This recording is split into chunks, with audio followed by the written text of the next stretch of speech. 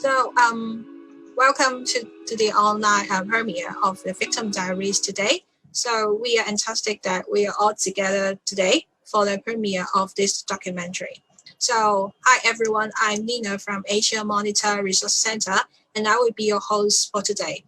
So to provide us an introduction to the documentary, without any spoilers of course, is the Executive Director of MRC.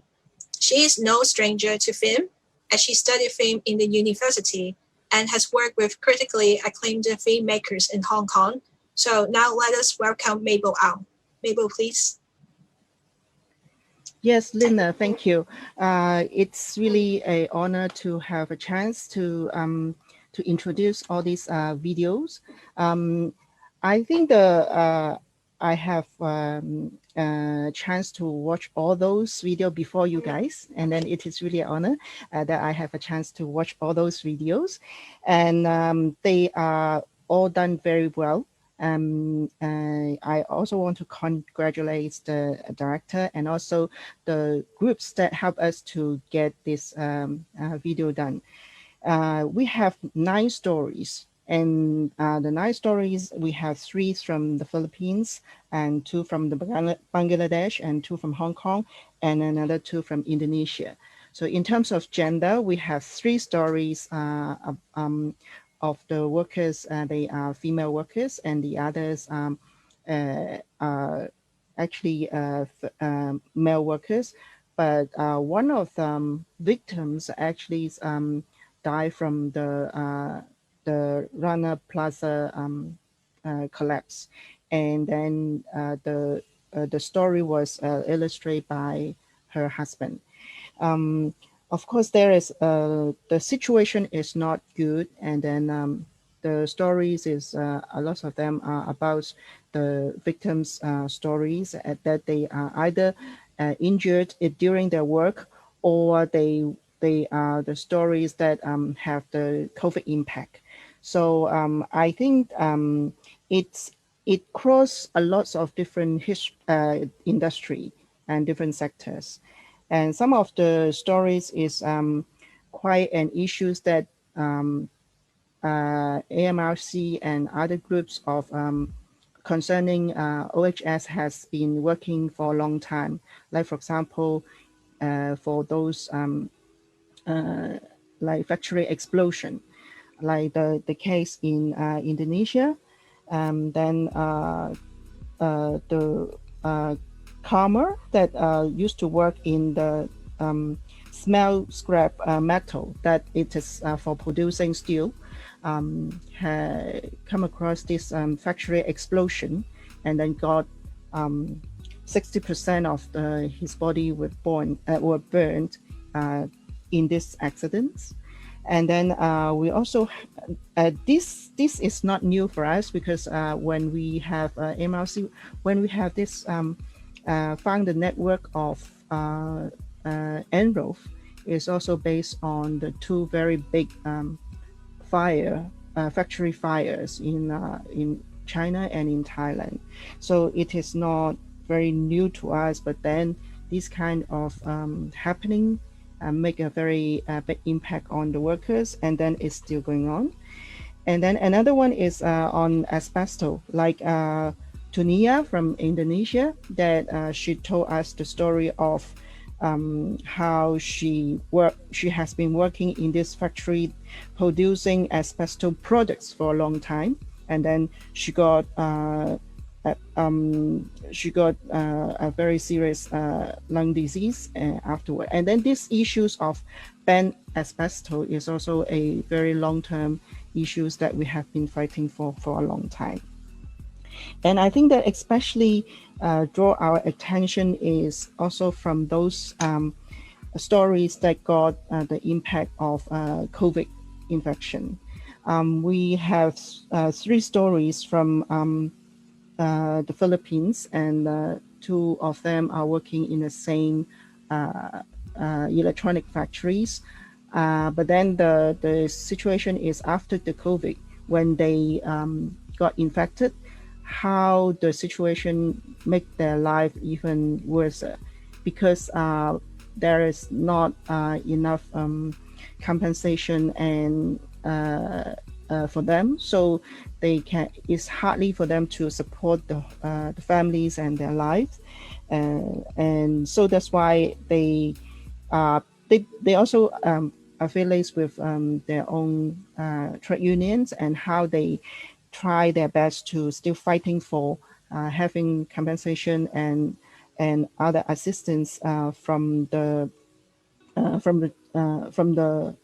should be responsible by the factory, by the company, and also trying to raise the awareness of the government to put the more protection law into place. And we also have a story that of Mr. Tam in Hong Kong, who's also having lung disease because he used to be a jade polisher, and then because of the work for a long time that he exposed to all this dust, so that's why it developed pneumoclosis. So this is a his story talk about how the OHS victims has been suffering from the poor OHS protections during their work, but during the COVID, that it make their life even more difficult, because they need to do like therapies for their some sort of regular therapies for to maintain a good health. But then during the COVID, it is because a lot of these kind of medical centers were closed, so it is difficult for them to have this regular therapy training, and also because they are high risk patients when we have this pandemic. So that's why it is also very difficult for them to go out, and then they are in a high risk to contacting this virus. So all these stories helping us to understand the victims' situation and their needs, but at the same time, it's also giving us a better picture when they are during this pandemic and make their life even worse. So I think that I really want to congratulate them. The victims have their voice come out, and also I really want to thank them that they share their story with us, and then the groups that working with all these victims and helping these videos to come out, and then it's also helping us as a groups to strategize how we can have advocates for better policies and law to put into place, and to fight for the protections and support for the workers. So I hope that you can enjoy the videos, and then if you come across in social media, also wish you that you can help us to spread this video to your friends, and also the other organizations to share the knowledge, and then to give support to them. Thank you. Thank you. So great introduction, Mabel. And we feel very privileged as we have viewers from across the globe. We have people here from our region in Asia, including Bangladesh, Hong Kong, India, Indonesia, Korea, Nepal, Philippines, Vietnam, as well as our friends and colleagues from North America and also Europe. So there will be live interpretation from English to Bahasa, Bangla, Cantonese, and Korean. So we are also now live streaming on Facebook and YouTube. As we are in 2021, we are all under the challenging times of economic crisis, pandemic, and also dangerous workplaces. So we continue fighting to make our brothers and sisters who became victims of work and also the environment, who are further victimized because of social structures that make them invisible and unheard, to become visible and heard. It is by no measure an easy task, but together we can make it happen. So this documentary is brought to us by Asian Network for Occupational and Environmental Victims, or as most of you know, is known as ENROV. So without further delay, so get your tea or coffee, sit back, dim the lights, and let the watching begin.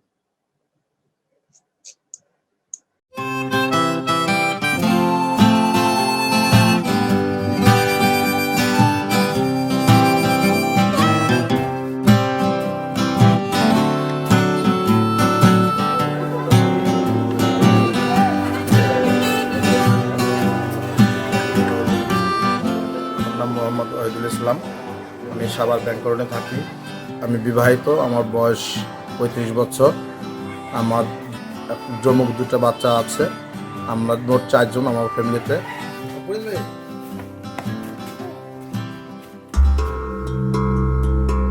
2013 সালে আমি সাভারে রানা প্লাজার আমি চাকরি নেই। আমি 6 তলা ether টেলার্সে চাকরি করতাম। আমি সুইং কোয়ালিটি ছিলাম। তখন একটা দুরুম করে একটা আওয়াজ হয়। আওয়াজ হওয়ার পরে সে সময় সব মানে ছিন্নভিন্ন হয়ে গেল। ছিন্নভিন্ন হওয়ার পরে মানুষ কান্নাকাটি শুরু হয়ে গেল। তখন আমি একটা ফাঁকা জায়গা ছিল, আমি ওখানে বসে পড়ি। বসে পড়ার পরে আমার একটা শরীরে একটু আঘাত লাগে পিঠে। তারপরে একবার ভীম পায়ের উপর পরে, আবার কাজ ঢুকছিল পায়ে। তখন আমি ওই টেবিলের তরে আমি অবস্থান নেই পর টেবিলের থেকে আমি সেফ পাই।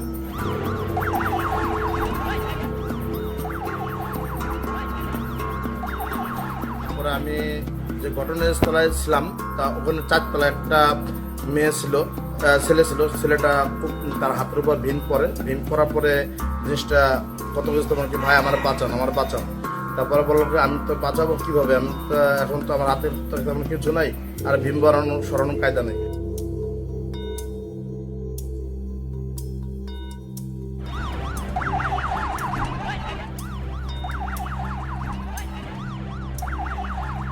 যে আমার ওয়াইফ এসে আমার বলো যে আমি আমার ছোটো বোন আমি পাই না, তুমি দেখো। তা আমার শালির 3 তলায় চাকরি করতো, তার নাম ছিল শ্যামলী, অপারেটর ছিল। আমার শ্বশুরি শাশুড়ি বা আমি আমার ওয়াইফ এবং অনেক বহুত তালাশ করছি, অদরচন্দ্র মাঠে, ঢাকা মিটপুরে, অনেক জায়গায় তালাশ করে পাইনি।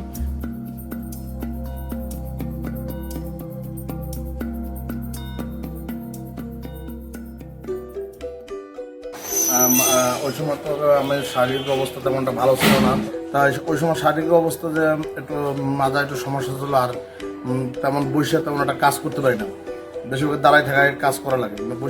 বসে থাকলে ওই জিনিসটা ব্যথা করে, হাত পাও মাঝে মাঝে ব্যাখ্যা করে নিয়েছে, এখনও সেই প্রভাবটা এখনও দেখা দিতেছে। আঘাত খাওয়ার পর থেকে শরীরে হাত পাও মাঝে মাঝে ব্যাখ্যা করে নিয়ে এসে, পাও ব্যাখ্যা করে নিয়ে এসে।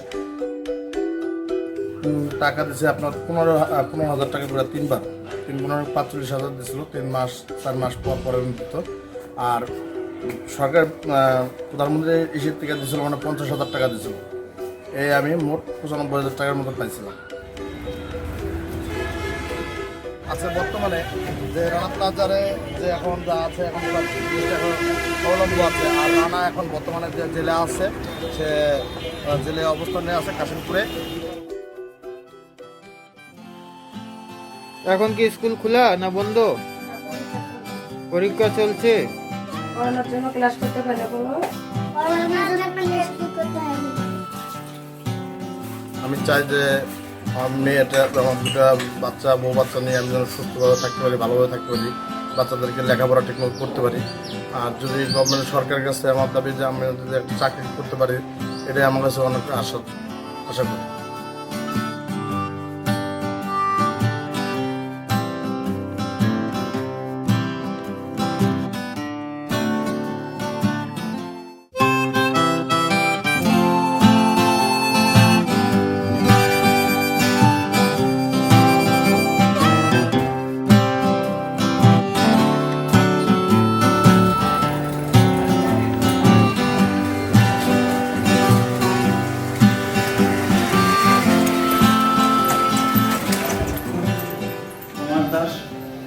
আমার বোর নাম গোলাপী রানী দাস। তো এখানে ব্যাংক কলোনিতে থাকতাম। আমার ছেলে মেয়ে 3টে, 2 ছেলে 1 মেয়ে। পর দোকানে কাজ করি, কাজকর্ম করে খাই। রানা বেলাদার মানে আমি দোকানে কাজ করি, কাজ করার পরে তখন ওই মানে সব লোকজন দৌড়ায় আসে, তখন আমি ওই রানা বেলাদারে আগে যাই। যাওয়ার পরে দেখি যে ধুলা বালুতে একবারে বিদে গেছি। 2 তলা হয়ে যাওয়ার পরেতে আমি খুঁজে টুজে তো আমি তো মরাতাই পাইলাম, নিয়ে যাই অ্যাম্বুলেন্সে তুললাম। তোলার পরে ডাক্তার আসলে অ্যাম্বুলেন্স ডাক্তার সে অক্সিজেন লাগাইলো। লাগানোর পরে বলছে যে ভাই মারা গেছে, তো আর জীবিত নাই। তো দেখে তো বউ মরা দেখে তো আমি তো অনেক তো মানে 8 ফেজ ধরে আমার তো মানে অন্যরকম চিন্তা ভাবনা এসে গেছিল। তো আমি তো মানে ওইটা ধারণাই করিনি যে আমার স্ত্রী মারা গেছে। ধরেন অনেকেই মেলার টাকা পয়সা পাইছে, কিন্তু আমার ছেলে মেয়ের নাম নাই দেখে আমার সরকারে আমার জীবন দেয় নাই। মানে সরকারের ঘর থেকে পাইছি 1 লাখ টাকার চেক, আমার শাশুড়ি পাইছে 1 লাখ টাকার চেক, আর বিদেশে পাইছি 95,000 টাকা, বিরাগের থেকে পাইছি 45,000 টাকা। এখন আমার কাছে এই সরকারের কাছে একটা আবেদন, আমি যেন বড় একটা যে মানে এমন পাই, এইটাই আমার কাছে একটা দাবি সরকারের কাছে, এবং মানে রানা ভাইয়ের কাছেও দাবি যে আমি যেন বড় একটা ক্ষতিপূরণ পাই।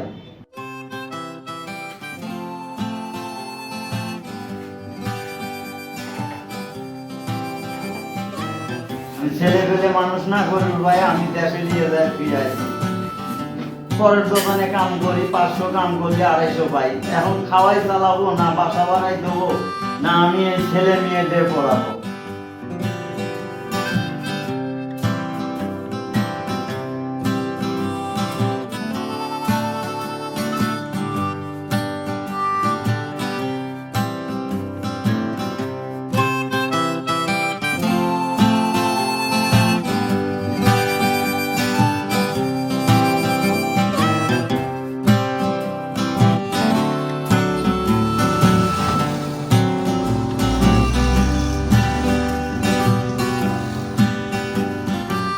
Perkenalkan, nama saya Karma Maulana, usia 25 tahun, lahir Kerawang 20 Agustus 1995, asli orang Kerawang. Saya sudah menikah tahun 2018, 2 tahun pernikahan. Alhamdulillah saya dikaruniai anak laki-laki.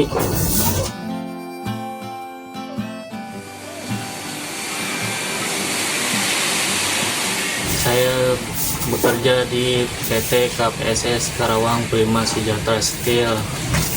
Perusahaan saya berproduksi besi rongsok, dilebur, lalu dicetak sesuai pesanan.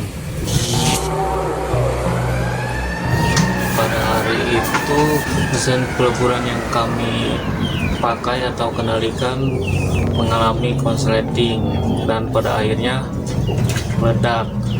Totalnya korban 13 orang, 3 orang dibawa ke rumah sakit Bandung, yaitu saya, Bung Sudirman, sama warga asing. Dan naasnya yang 3 dibawa ke Bandung, 2 meninggal dunia, sisa 1. Dan hasil kecelakaan saya dioperasi 6 kali dan luka bakarnya nyampai 60%.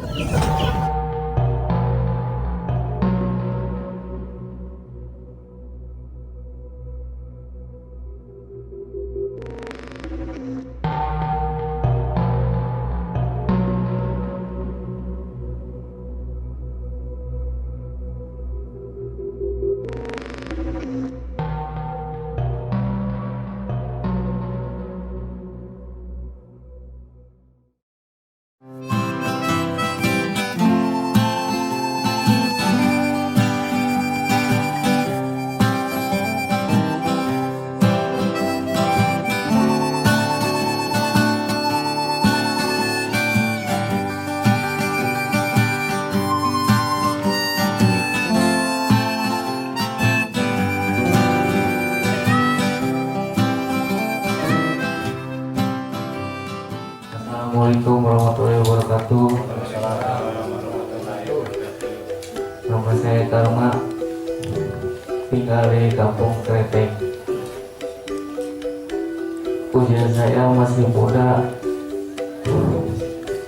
masih dalam pembelajaran dalam hal seperti ini.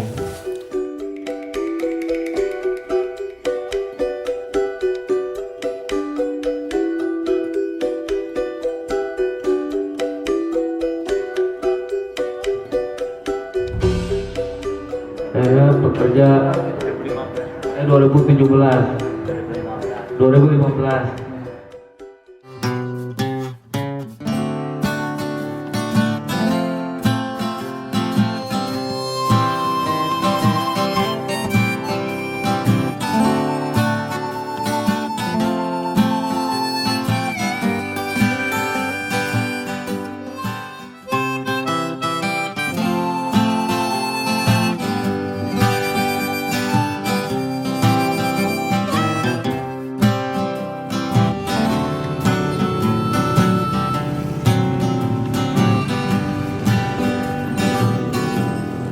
Nama saya Tunia, usia saya 58 tahun dan saya pernah bekerja di sebuah perusahaan yang berproduksi asbestos.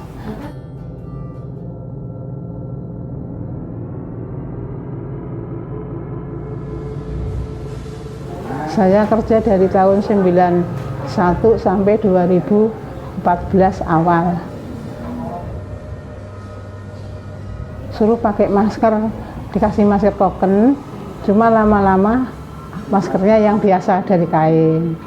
Karena masker token kan mahal. Akhirnya yang masker yang biasa dari kain.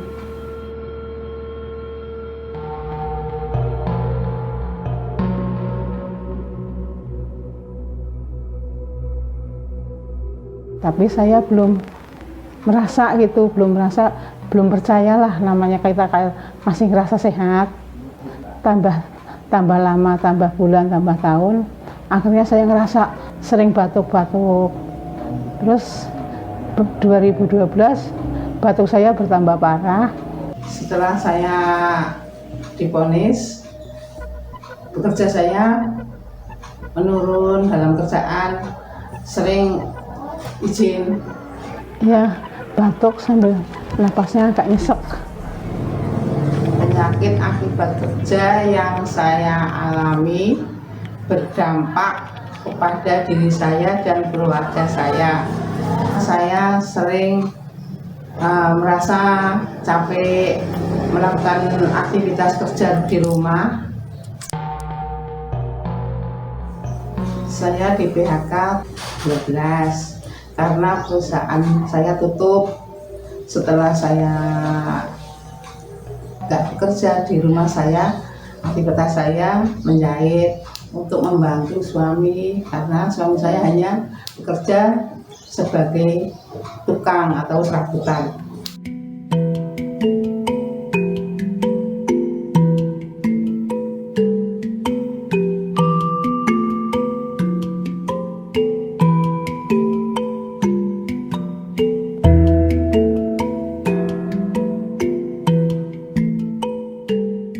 Proses saya dari tahun 2016 ke Rumah Sakit Pertamina Jakarta. Habis itu ke kantor BPJS, ke kantor UPTD, ke kantor BPJS lagi, disuruh CT scan lagi ke Rumah Sakit Siloam Bogor. Setelah itu ke kantor UPTD lagi, dan setelah tahun 2020 baru saya mendapatkan pengakuan dari pemerintah. Saya mendapatkan kompensasi 32.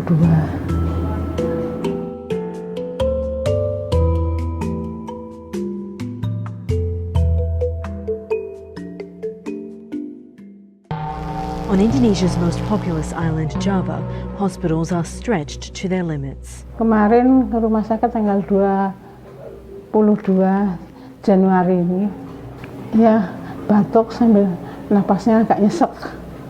Saya menjalani rongsen lagi, dinyatakan yaitu paru-paru saya kena lagi gitu, karena dari debu asbes. Ya saya sakit sekarang, kambuh lagi. Mudah-mudahan saya jangan sampai terkena penyakit COVID.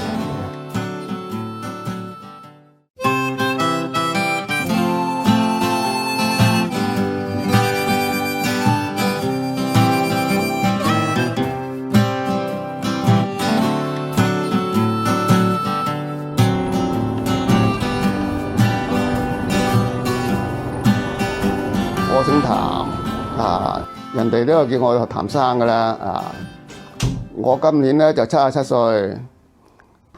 我之前咧係做玉石打磨嘅，我做呢個打磨玉石嚟講咧都30幾年啦。佢有一部機器咁樣咧，就裏邊咧就有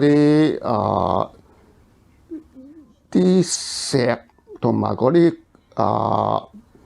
鋼材啊咁樣咧，就同埋一個你可以話係一個即係人哋磨刀嗰啲咁嘅嗰啲石啦，咁咧就佢一路轉，咁一路咁樣做嘢，咁咧就嗰陣時就冇人話要戴口罩咁噶啦，咁嚟講咧一路咧，同埋有啲塵啊啊，塵嗰度咧就一路咁樣吹咗入你個鼻，一路入咗個肺嗰度。我以前唔識得呢啲嘢咁傷身體嘅，所以嚟講咧就冇諗到你有啲咁嘅嘢，就傷咗自己個肺都未曾知自己即係咁咯。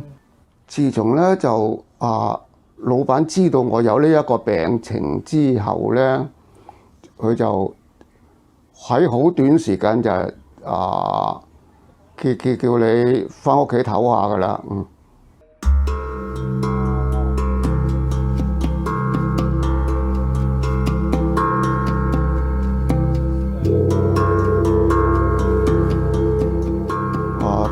當我失業咗之後咧，唯有走去做下呢樣做下嗰樣，即係好又食隻，唔好又要食隻噶啦，咁嘅環境咯，係冇得醫嘅。講呼吸嚟講咧，一般嚟講就個肺嘅用嚟到呼吸嘅咧，只能夠用到6成7成已經係 OK 嘅啦。但係你如果你話個肺越嚟越多咧，即係個肺越嚟越吸唔到氣咧，咁就係呢個對自己咧就係好辛苦嘅，係。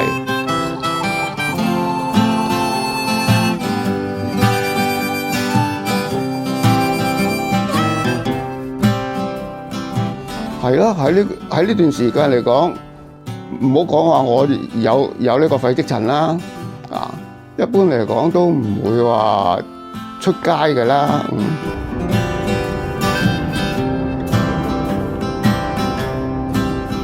自從呢個疫情爆發咗之後咧，咁咧就好多運動都停咗。就做唔到噶啦，一個做物理治療啦就停咗啦，咁我就都係有即係日咧都走去游早水。而家嚟講就物理治療嗰度咧都叫我去翻去再做嘅，但係即係唔夠膽出街啊，所以自己韞住自己去坐監。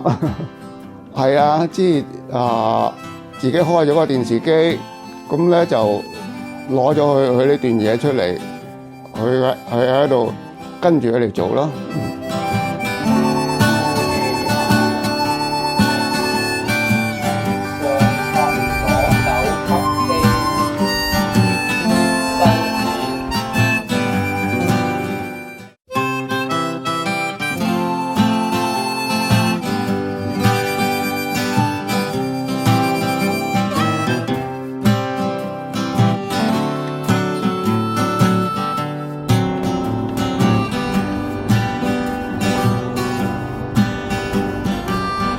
我叫周小姐，今年43歲，住喺啟德朗村。我係做試驗搬重嘢嗰陣時整到腰咯，搬咗2層嗰個衣架有8幾張咯。一開頭係推過去嗰個位置擺。然後咧，嗰個門咧鐵閘咧開唔到頂，咁我哋2個就係唔俾佢倒，就咁樣整成條腰啦。我嗰啲係散工嚟嘅，初同社頭講，社頭話做嘢整到啊，咁同公司講話做嘢整到，社頭同經理講，經理話點知你係咪喺屋企整到㗎？你要冇寫簿，冇去保安嗰度報。痛而家都4、5年啦，痛已經習慣啦，好似以前係行唔喐㗎，每行一步就每行一步好似做到電咁樣㗎。而家今年仲好啲，但係腳係痹嘅，2隻腳都係痹嘅。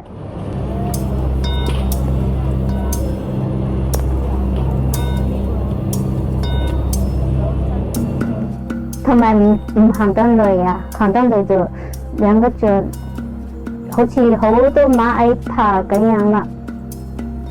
首先攞唔到重嘢，同埋企唔到累，因為我哋出去打工，最主要一樣，無論你做邊行係做幾多個鐘，4個鐘頭，你必要做4個鐘頭都要企4個鐘頭，而家俾我企1個鐘都唔得啦。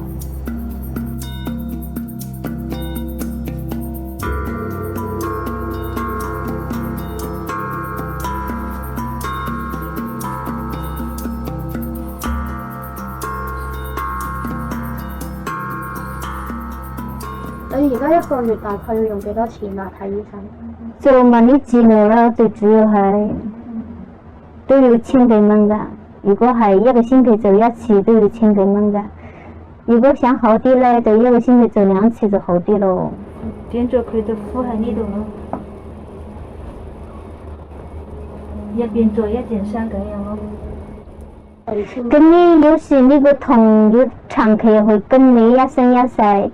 如果你升到80歲，都要30幾年要捱呢個痛苦喎，因為醫生都話冇得再好啦，好到最好嘅程度係咁噶啦。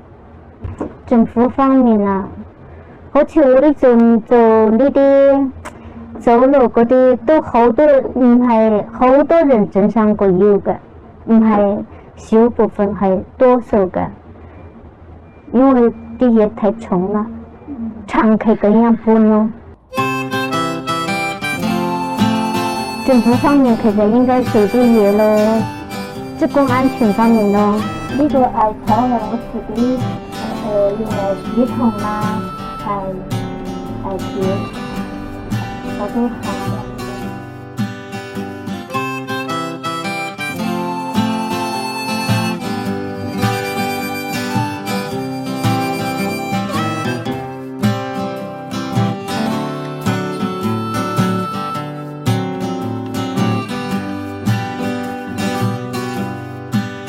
Matapos akong mag-positive, ganito na ang nagiging aksyon. May isang pagitan ang upuan sa aming kantin kung saan kami kumakain.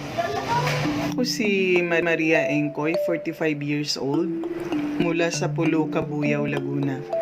Technical operator sa isang electronics and company, Nexperia Philippines Incorporated. Kami ay gumagawa ng power devices para sa mga sasakyan, medical equipment, appliances, gadgets at iba pa.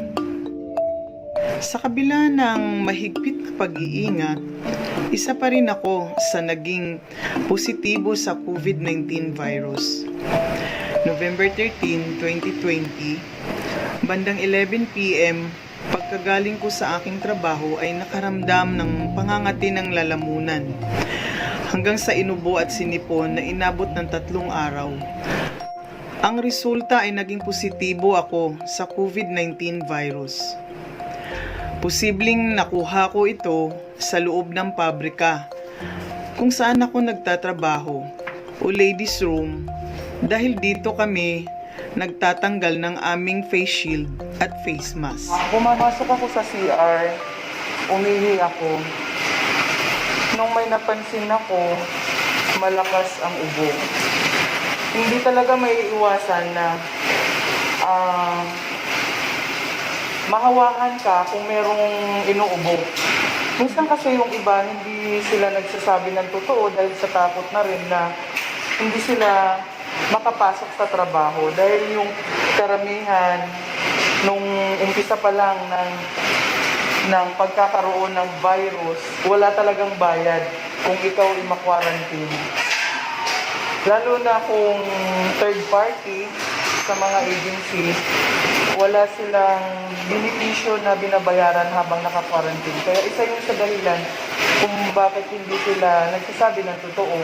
Kinailangan kong mag-quarantine para ma-monitor ang aking kalusugan at kalagayan sa tulong ng aming company clinic doctor. Nagbigay din sila ng 14 days paid leave para magkaroon ng bayad ng aking quarantine leave habang ako ay nagpapagaling.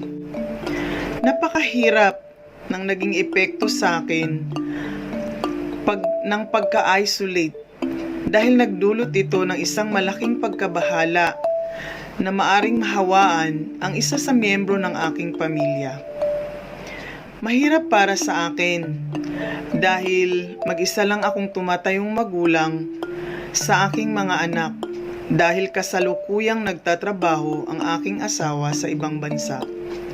Nagko-cope up ako sa aking sitwasyon sa pamamagitan ng pagdarasal. Hindi ko iniisip na isa itong malaking pagsubok sa amin. Nilibang ko ang aking sarili sa pamamagitan ng paggawa ng Christmas decors dahil nagkataon na magpapasko na noong ako'y nagpositibo sa COVID-19 virus. Pinagtuunan ko rin ng pansin ang pagluluto at pag-aalaga ng halaman para maiwasan ang pag-iisip ng mga negatibong bagay. Ito ang aking naging karanasan sa pagharap sa COVID-19 virus.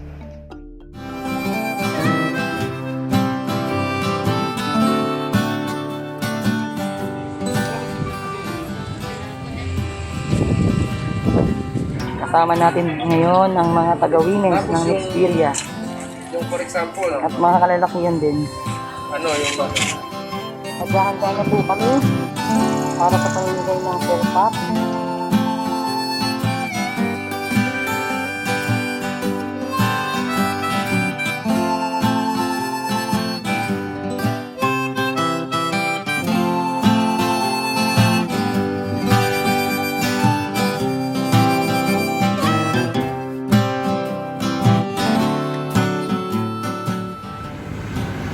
Ako si Roniel Ganfranco, edad ko 35. Ako ay nagtatrabaho sa kumpanya ng Nexperia Semiconductor na matatagpuan sa LSP, Cabuyao, Laguna bilang isang technical operator.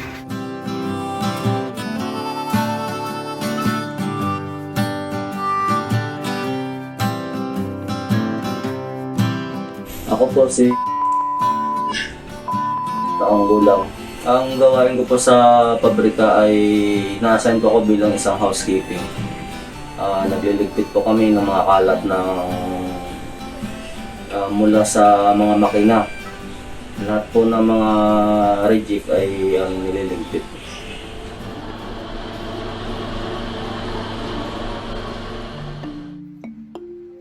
Noong August 11, 2020, pagkagaling ko sa aking trabaho, nakaramdam ako ng hindi maganda sa aking pangatawan. Ako ay nilagnat at inubo ng tag-isang araw lamang. Inakala ko na simpleng lagnat at ubo lamang ito.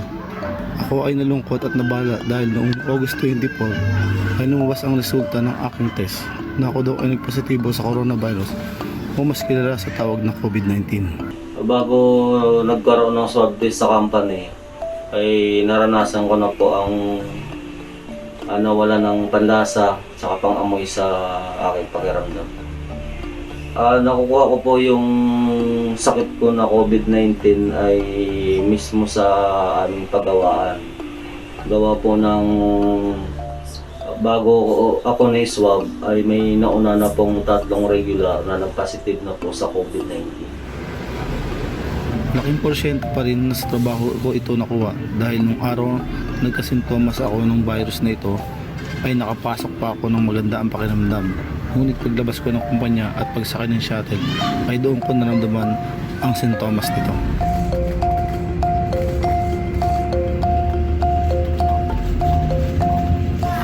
Ang mga sumunod na araw ay sariling sigap ako nagpagaling ng aking sakit sa tulong ng aking pamilya. Bumili ako ng mga gamit pampalakas at araw-araw ako nagbabody workout, exercise, kumakain ng marami at masustansyang pagkain, prutas, gulay at iba pa.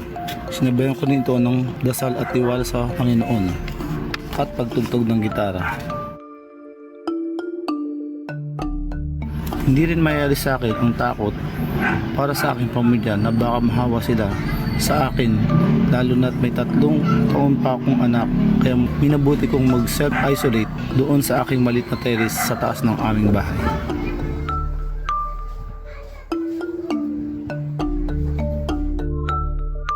So ang epekto ng quarantine sa akin ay masyadong napakalaki, kagaya ng binibigay lang po ng management sa akin na 373 na pasahod niya bawat araw ay hindi sapat para sa pangangailangan ko araw-araw, kagaya ng pagbili ko ng pagkain, gamot, saka yung pagpapadala ko po sa pamilya ko.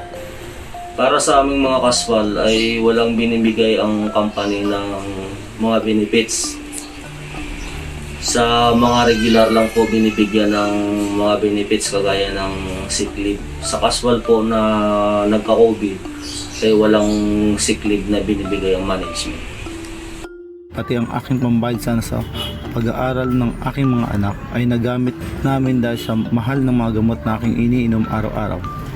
At dahil dito, nadagdagan pa na naman ang aking utang.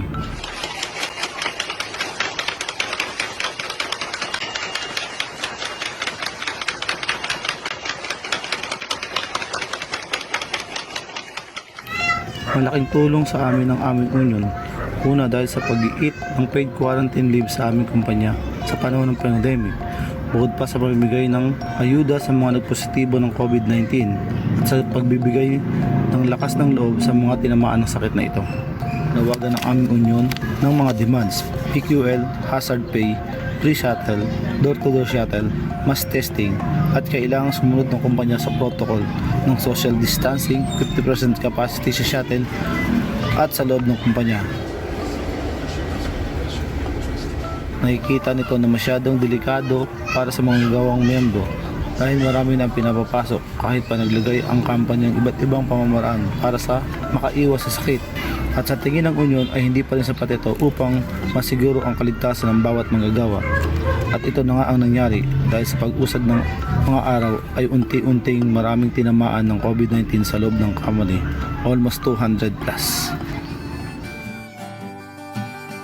Hindi rin basta-basta makauwi ng mga mag-rest dito. Halimbawa, rest day ka ngayon, almusal mo, nakayanan ko ang aking kalagayan dahil po sa tulong ng aking mga kasamahan sa Bikmako Workers Union. Sila po ay nagpapalakas ng aking loob. Sila po ay naghahanda ng aking pagkain sa araw-araw. Nagbibigay po sila ng mga prutas, saka gamot na aking pangailangan. Ang panawagan ko dito sa Laguna ay magkaroon ng mass testing sa lahat ng kumpanya. Isa pa sa panawagan ay magkaroon ng paid quarantine leave. Magandang umaga po. Ako po si Baby Five Money, 38 years old, nakatira sa Las Piñas, at nandito po tayo ngayon para magpalakas ng katawan. Kaya tara, samahan nyo ako.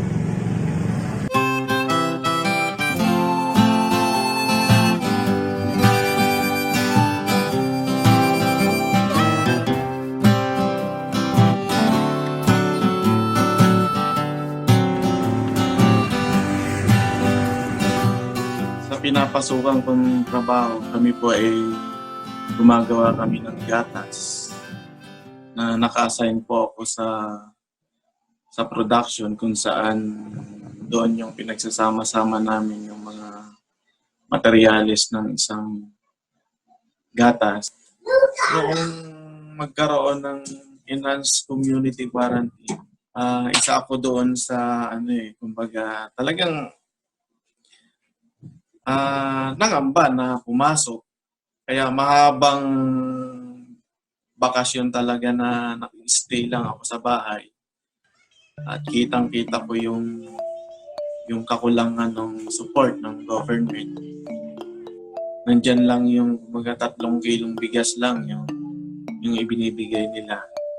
Kaya obligado ako na gamitin ko yung lahat ng sick leave ko. So yung halos 40 yung naipon ko na sick leave, accumulated sick leave siya. So naubos yun. Kung hindi ko gagamitin yung sick leave na yun, talagang wala kaming kakain sa araw-araw. yung konting ipon sa namin, talagang ubos talaga din siya.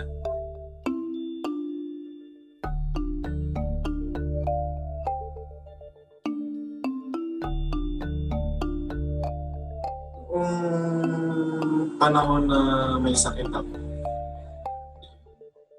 dahil hindi naman ako makalabas ng bahay, sa kwarto lang, sinikap ko na manood lang ng movies. Tapos panahon, kausap ko yung mga kapwa ko opisyales sa Union.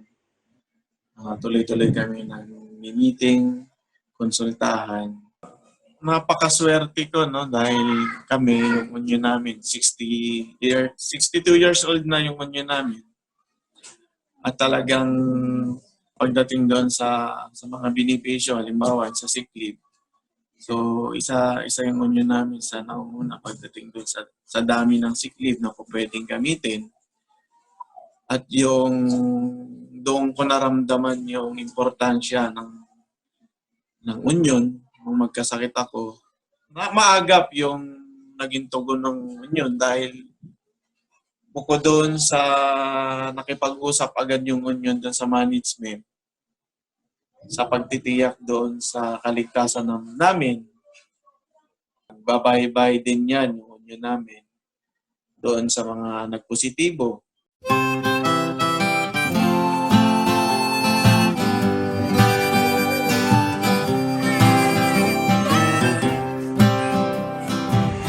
Kasalukuyan po ay inaantay ko yung door-to-door shuttle service namin papuntang planta. Isa po ito sa naging pagbabago na naging door-to-door yung shuttle service namin, na dating bus yung sumusundo sa amin sa pick-up point.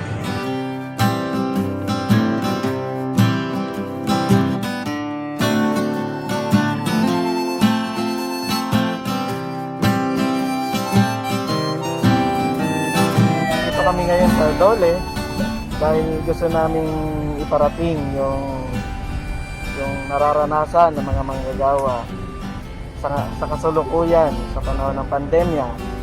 Halimbawa na dyan yung inilabas nilang DO215. Ang effect nito sa mga manggagawa ay yung floating status, at saka yung natatanggal yung mga manggagawa na force leave sila dahil dito sa DO na ito. Talagang kumbaga doon ko naramdaman na sa oras ng kagipitan, pandemya man yan, kalamidad man yan, walang ibang tutulong sa atin kundi yung mga kaori namin na mga manggagawa.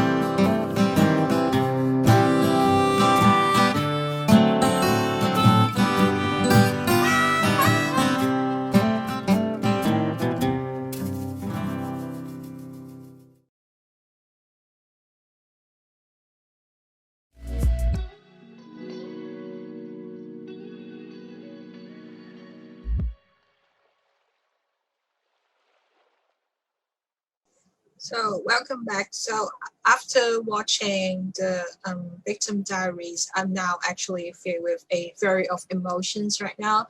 So it's kind of like bothered and sad, but at the same time, it's hopeful and inspired as well. So thank you, Emerald, for making this documentary, and we must not forget to thank you our victims and also the leaders of our movement who shared their story with us today. So I'm also very excited to announce that we have with us today the cast and crew of the Victim Diaries, our directors and editors, King and Mian, and also our storytellers, Tania, Kama, Ronnie, Mr. Tam, Mr. Sek, Mr. X, Debbie, Maria, Ohidu, and Glapi. So now let us have a round of applause for our cast and crew. And I would like to call our director and editor to share some points and stories behind when you're making the Victim Diaries. Welcome. Good afternoon to all of you. My name is King Katoy, and I'm Ilang Ilang Quijano. yeah, we're the filmmakers and editors and the folks who help out our victims shoot the videos. So first of all, I would like to thank, of course, Noel Colina and the rest of AMRC for allowing us to be part of this project. Me and Ilang, for nearly 2 decades in our individual capacities, have been part of media initiatives that, of course, really do recognize workers as our primary audience. So when Noel informed us of this project, we really were excited. And then at the same time, we were in the middle of a pandemic when he contacted us, and we felt that it was an interesting challenge. We've done international video productions before, but and we've done remote productions, here in the Philippines. But it was the first time that we will be involved in something like this, where it was essentially citizen journalism, citizen training for video, and then of course it was a remote productions. Files will be transmitted to us, and we will edit it. Just to share, the process was basically we gave 2 learning sessions, and then we sent questions and shooting guides and shooting suggestions to the labor unions and the organizations that are helping the workers film themselves. And then editing, of course, happened here in the Philippines. Um, in the end, of course, we're very happy with how it came out. We're very proud to be part of this initiative. I feel this is an interesting archetype of what video productions will be in the time of pandemic. And of course, film really relies much on what's happening, and and with what's happening, it's essentially how it evolves. So I do expect that in the years, we're in this part of history where video productions will be made like this. And I guess for me personally, before I pass it to Ilang, the sad part is that part of our work before, we always get to interact with the workers, with whoever it is that we are shooting. In some ways, I feel close to the people that we edited, because we understood at least a certain part of their lives, how they dealt with, experiences with accidents and, COVID, being sick. We know that part. But it's sad to realize that they don't really, they don't know me, they don't know Ilang. So I guess that's the sad part of this kind of, remote video productions. I guess for me, that's how I feel. Perhaps Ilang can share more. Actually, I just want to thank all the workers who participated in this project. I want to thank you for your courage, for speaking up. I know it's not an easy thing, given all the repression that we face, and also the limitations at the time of the pandemic. So I would really like to commend every worker and their families and co-workers who participated in this project. As we know, this is a very difficult period for everyone, and I think You are very much correct that only our solidarity will help us get through this crisis and bring justice to all victims.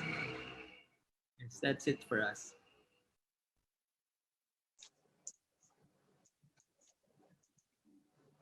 So thank you, King and Lian, for your perspective on making the documentaries amongst the pandemic and also during the lockdown. So our live stream in Facebook and YouTube will end in a few seconds.